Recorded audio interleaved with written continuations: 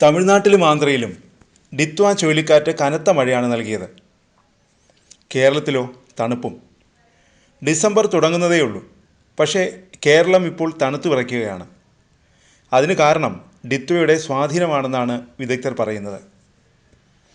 ഡിത്വ ചുഴലിക്കാറ്റ് കേരളത്തിന് മഴ നൽകാതെ തണുപ്പും മൂടൽമഞ്ഞ് നൽകിയാണ് കടന്നുപോകുന്നത്.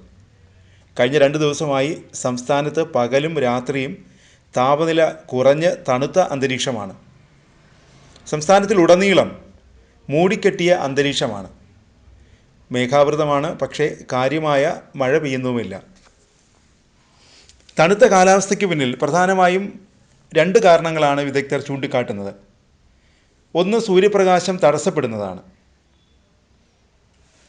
ഡിത്വ ചുഴലിക്കാറ്റയച്ച കനത്ത മേഘങ്ങൾ ആകാശത്ത് തങ്ങി നിൽക്കുന്നുണ്ട്. ഈ മേഘങ്ങൾ കാരണം സൂര്യപ്രകാശം ഭൂമിയിൽ എത്തുന്നില്ല. അതിനാൽ ഉപരിതലം ചൂടാകുന്നുമില്ല. ഇതാണ് പകൽ സമയത്തും താപനില കുറഞ്ഞു നിൽക്കാൻ കാരണമെന്നാണ് വിദഗ്ധർ പറയുന്നത്.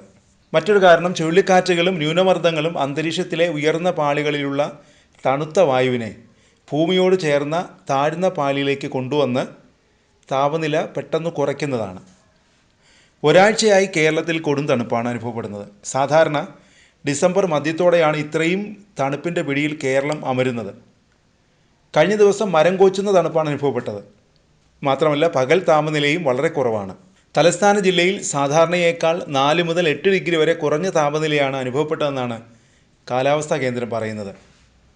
കഴിഞ്ഞ 2 ദിവസം ഇവിടെ ഏറ്റവും ഉയർന്ന താപനില 26.7 ഡിഗ്രി സെൽഷ്യസും കുറഞ്ഞ താപനില 20 ഡിഗ്രി സെൽഷ്യസുമാണ് രേഖപ്പെടുത്തിയത്.